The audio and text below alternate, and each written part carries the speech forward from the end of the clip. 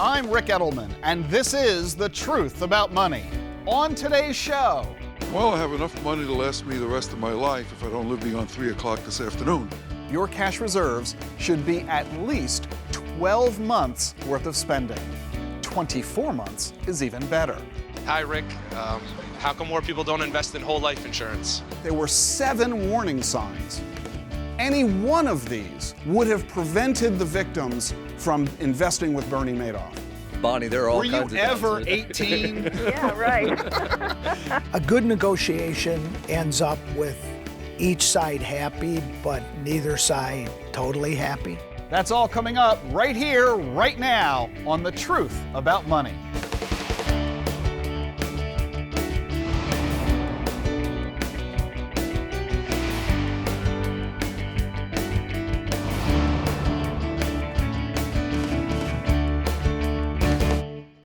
If you were to lose your job, how many months would you be able to go and still pay your bills? We asked people out on the street, and here are their answers. I'd like to say about 3 months, but it'd probably be half of that in reality. You know, I could live on the street. Depends on if family can help. Emergency fund, it would probably last me 3 months. I have probably about $1,000 in a just-in-case fund, but other than that, no. But probably no months at all. 0. If I were to get sick, maybe for about a month or so. Well, I have enough money to last me the rest of my life if I don't live beyond 3 o'clock this afternoon. Life happens, and no matter what happens, good or bad, it's usually expensive. Whether your car breaks down or your child graduates, you'll find yourself spending some money. And that's why you need cash reserves. Every day, washing machines break down somewhere, people lose jobs. They also celebrate engagements, weddings, and new babies. Cash reserves can help you deal with those occasions, both the bad ones and the good ones. So, how much cash should you keep in reserves? It's easy to figure it out. First, think about how much money you spend every month. We're talking total expenses, everything. Obvious things like your rent or mortgage, utilities, gas, groceries, your car payment, student loans, credit cards. But don't forget expenses that you pay only occasionally, like insurance premiums, taxes, and home maintenance. If you need help with a list so you don't forget anything, our website, thetruthaboutmoneytv.com, has a free one-page worksheet. Then just tally up all your expenses. You might be surprised by how big that number is. Now, you can cut out things that are not necessities, things like vacations, because in an emergency, you could easily cut expenses like that. So, you've now got a total of your essential monthly expenses. Your cash reserves should be at least 12 months worth of spending. 24 months is even better. The amount really depends on how stable your job or other income is. If you have a highly secure job, or if you receive a government pension, it might be okay to have a smaller cash cushion. Let's say you spend $4,000 a month. That means you should have 50 to 100 grand in cash reserves. I know, that sounds like a lot of money, and it is. But during the recent credit crisis, 10% of all workers lost their jobs, and the average worker, according to the Bureau of Labor Statistics, was out of work for 8 months. Many were out of work for much longer, and that's why you need ample cash reserves. And once you build up your reserves, leave that money alone. If you know that there's a big expense coming up, you need to save extra cash for that expense. Don't touch your reserves. Keep your cash reserves fully funded at all times, and keep that money somewhere safe and liquid. Yeah, the interest rate will be low, but that's the price you pay for safety and liquidity. And if a crisis ever forces you to spend some of your reserves, your first task is to build them back up again. Cash reserves. It's one of the most important of your personal finance priorities. We sent a video crew out onto the street to find out what questions were on your mind. Well, they got thrown in jail, but after they made bail, here's the footage they sent back. Hi, Rick. How come more people don't invest in whole life insurance? Is this a trick question? I mean, I'm really not quite sure who would be asking that other than perhaps a life insurance salesman, because the mere fact of the matter is nobody can ever invest in life insurance. investments and insurance are two completely different things. You buy investments to create wealth. You buy insurance to protect against a financial loss. So ask yourself a very simple question. If you were to die today, who would suffer financially from your death? Oh, certainly a lot of people would suffer emotionally from your death, but who suffers financially? If you're single with no children, nobody dependent on you, nobody suffers financially, and you probably don't need life insurance. On the other hand, if you're married and your spouse is a stay-at-home parent and you've got several young children, all dependent on your income, you've got a lot of folks financially counting on you. That's why you would need life insurance. The next question becomes, for how long do you need that insurance? In the case of those young children, theoretically, they'll be on their own after they graduate college. Theoretically, that is. And chances are you won't need life insurance to protect them once they're in their 20s. That would suggest that you only need a term policy, a policy that expires after 20 years or so. But on the other hand, if you have a spouse who's going to be dependent on your income for the rest of your life, well, you'd need, in that case, whole life insurance. Life insurance that will be there your whole life. But the purpose of this is not to help your spouse get rich. It's simply to protect your spouse financially in case your spouse loses your income as a result of your death. So most people only need term life insurance. A few, a very few, might want to consider whole life insurance instead. But in neither case would you be smart to invest in whole life insurance. Yes, get insurance to protect yourself, but when it comes to creating wealth, that is why you buy investments. We never know what people are going to ask me during our live audience Q&A. Check this out. Rick, a lot of savvy individual investors and fund managers were taken to the cleaners and bilked of billions of dollars by Ponzi schemes uncovered in recent years, including the one that was engineered by Bernie Madoff. For small investors, what are some tips to keep us from having that same type of a pitfall with investing on our scale? There has always been fraud when it comes to investing. The very first securities offering in American history, 1792, the very first bond offering in our nation's history was executed by Alexander Hamilton. And that very first public offering in American history was victimized by insider trading. For as long as there have been securities markets, there has been fraud. It is simply a fact of life. For as long as there have been automobiles, there have been automobile accidents. It's just the way that it is. So we have to be diligent. We have to be careful that we are protecting ourselves, because at the end of the day, we are the ones who are going to have to live with the impact. Fortunately, it's really easy to avoid getting scammed. And that's why sometimes I have a little trouble feeling a lot of sympathy for those who are victimized, because they, on their own, through their action or inaction, are looking the other way. Why? Because they want the story to be true. They want to believe that they can triple their money in 3 days. They want to believe that instant get-rich-quick opportunities are going to come to fruition. And they want to hear it so bad that they choose to look the other way. Watch out if the returns are too good to be true. Bernie Madoff was promising 1% per month, every month, no matter what. In 2008, when the stock market was falling 40%, he was still delivering 1% a month in profits. If it sounds too good to be true, it is. You've heard that a million times.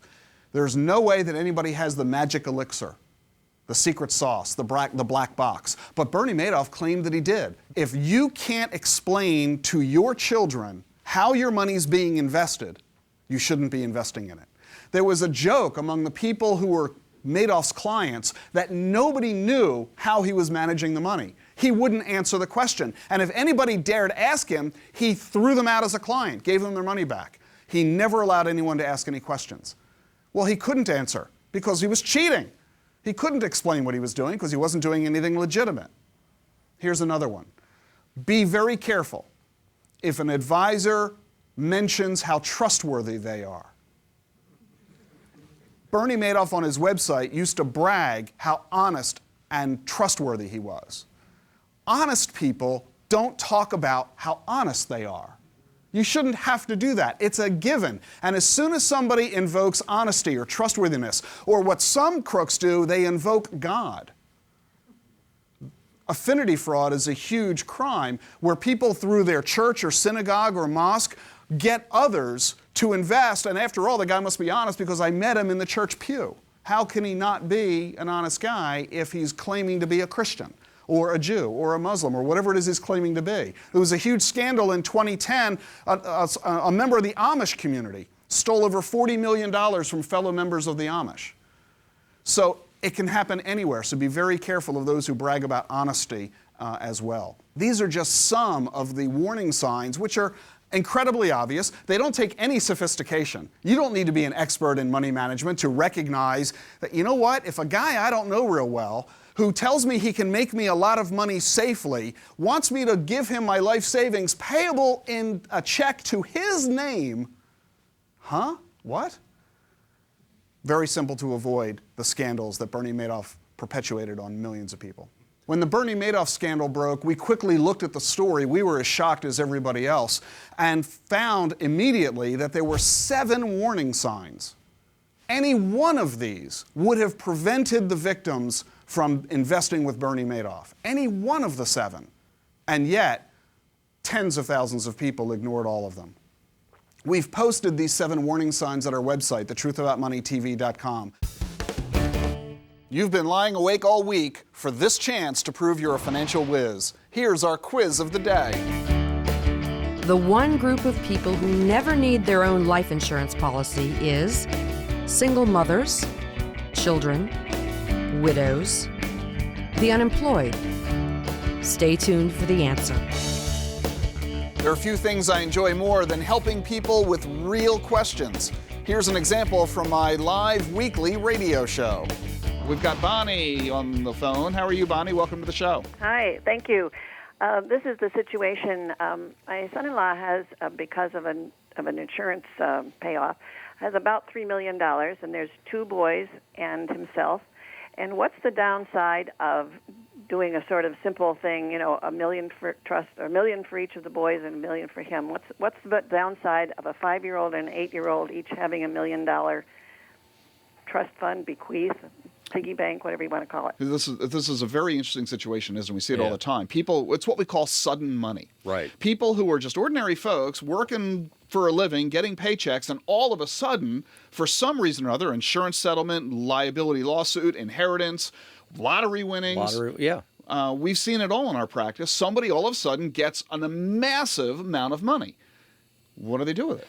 Well, and that's the question. First of all, you've got to begin to look at it and say, what is it that you want this money to do for you? What is it that's important now that you have this money? The first thing you don't want to do is race out and make a bunch of decisions too quickly, because that puts you in a situation where you could potentially do something like this, putting money into a trust, thinking this is a good idea. And well, we hear, you know where Bonnie's coming from. Rich people get trusts. Right. And now her sons are rich people. Right. And so we should get a trust without understanding what trusts are and how they work. There are testamentary trusts. There are revocable trusts. There are lots of different kinds of trusts that do lots of different things. Some trusts are designed to avoid taxes. Some are designed to shelter assets from creditors. Some are designed to protect against spendthrift family members who would squander the money if they got their hands on it. Some trusts are designed to protect the assets for special needs children who aren't going to be able to earn a living on their own when they become adults. Different trusts have different purposes. And we have to first step back, Bonnie, real simple, and say, what am I trying to accomplish? So, Bonnie, answer that question for us very simply. What is it that you're concerned about that you're trying to solve? Well, I'll have to say we haven't gotten that far because this only came up like last week. Okay, so you're doing the right thing in the right steps. You're saying, okay, this just came up. What should we do? And that is the right first step. And the first question you need to answer, you need to get together with your son and figure this out.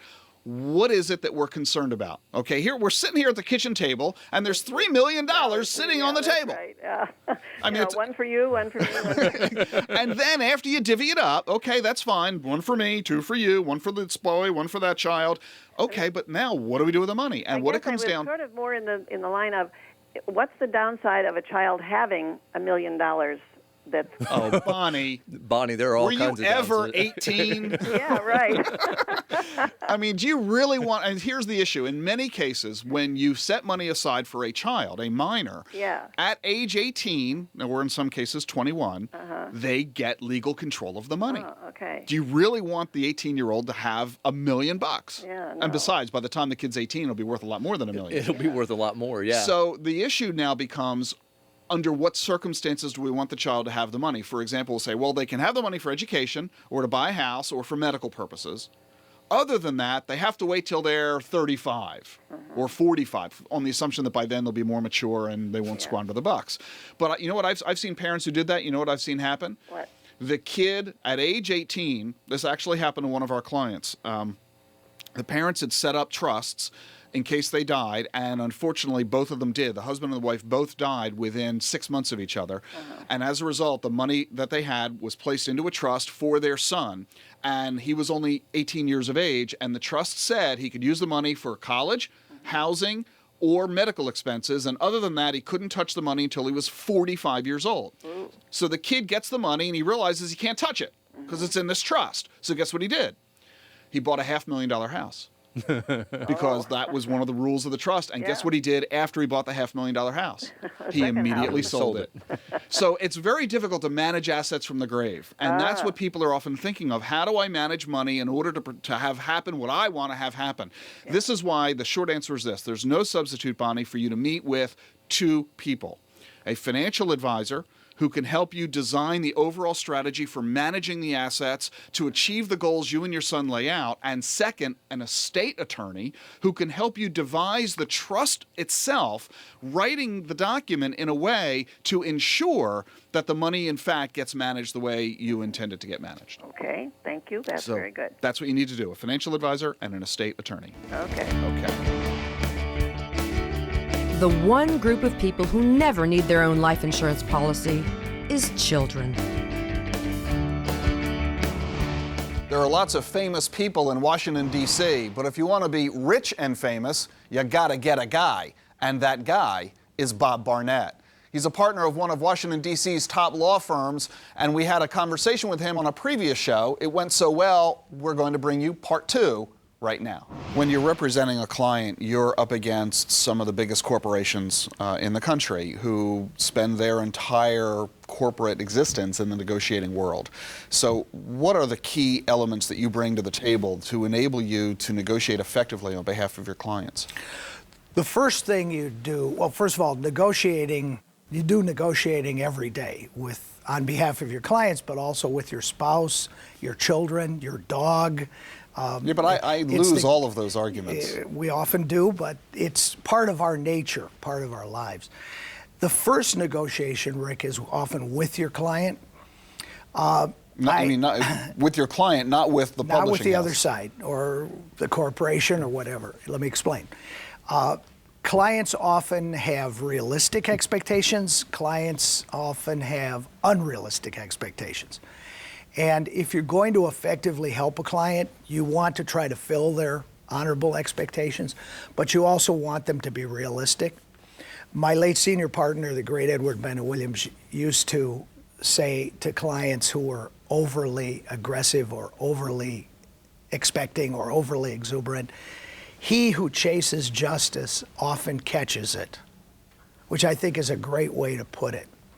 You have to define your client, you have to constrain your client's expectation, and then you have to define your client's goals.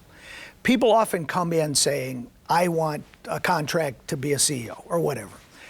But it takes some bonding with them, some talking with them to find out what's really important, because you're not going to get everything.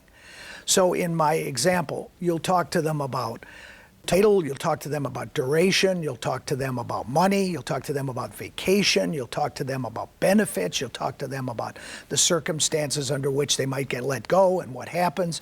And during the course of getting to know the client and probing their psyche, if you will, you try to define what their goals are in terms of priority. Are these negotiations always, by definition, adversarial? No, they don't have to be adversarial. You hope that you have certain goals, and you certainly know the other side has goals, and you have to try to reconcile those. A good negotiation ends up with each side happy, but neither side totally happy. Or on the other hand, both sides relatively unhappy.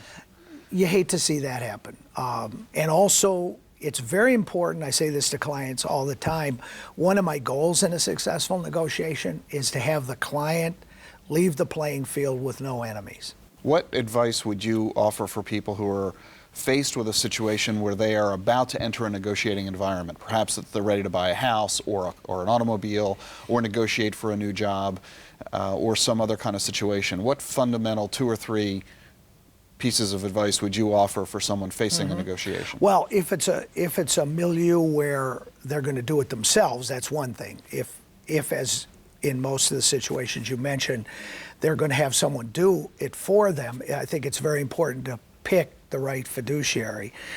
Look at who does this, interview them, check their references, that's key. Call some people who they've represented, and call some people who've left them, if there are such people, and find out why. So the first thing, if it's that type of negotiation, is to find the right fiduciary to go into battle for you. Then I think it comes back to what I said before. Really spend time, thoughtful, self-analysis time, defining your priorities. What really matters. What really matters, because you're not going to get everything. So do you often find that once people do that self-introspection that they discover that what they thought mattered isn't really what matters? Totally, because people will come in, let's say I'm doing a CEO contract, and they'll say, I want 6 weeks of vacation. And I say, well, tell me how many weeks of vacation you took the last 3 years. They say 2. I say, are you going to take 6? Not a chance. Then why go bargain for 6? Bargain for 3 and take it, because it'll be better for your health and your life and your family. So yes, the process of preparation is often definitional and very helpful. What are the big mistakes you typically find people making in the course of negotiating? Overreaching, which we've talked about. I think it's very important when you go into a negotiation to understand your adversary, understand their point of view. Don't necessarily agree with it, but know what it is. I find so often, and often unexpectedly, our interests are in sync rather than in opposition, and that only comes from knowing what the other side thinks is important. Almost always, I start a negotiation in person. Is your client with you? No, never. No, never. Why? Never have the client there, because if they want to do it, they should do it. If they want me to do it, I'll do it. Chances are they're going to say or do something that will hurt the effort. That's what kicking under the table is for. I majored in that in law school, but I prefer not to employ that skill. When I'm in there presenting my case, I'm trying, assuming it's justified, to tell the other side the value of these people and what they do and how hard they work and what they accomplish.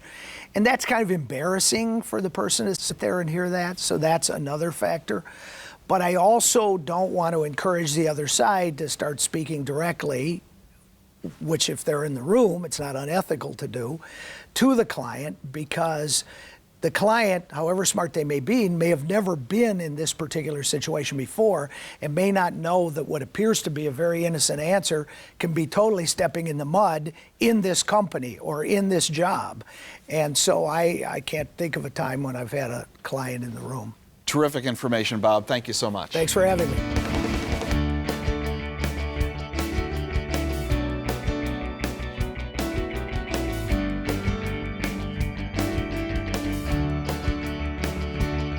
Before we go, are you using all your vacation days?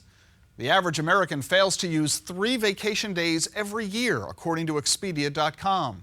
In total, Americans lose 436 million vacation days, worth some $63 billion. Don't skip your vacation. Studies show that people who take vacations report greater life satisfaction and better health, and it will actually help your career. You'll be a better worker if you take time to relax. And that's the truth about money. I'm Ric Edelman, and I'm out of here. Thanks for watching.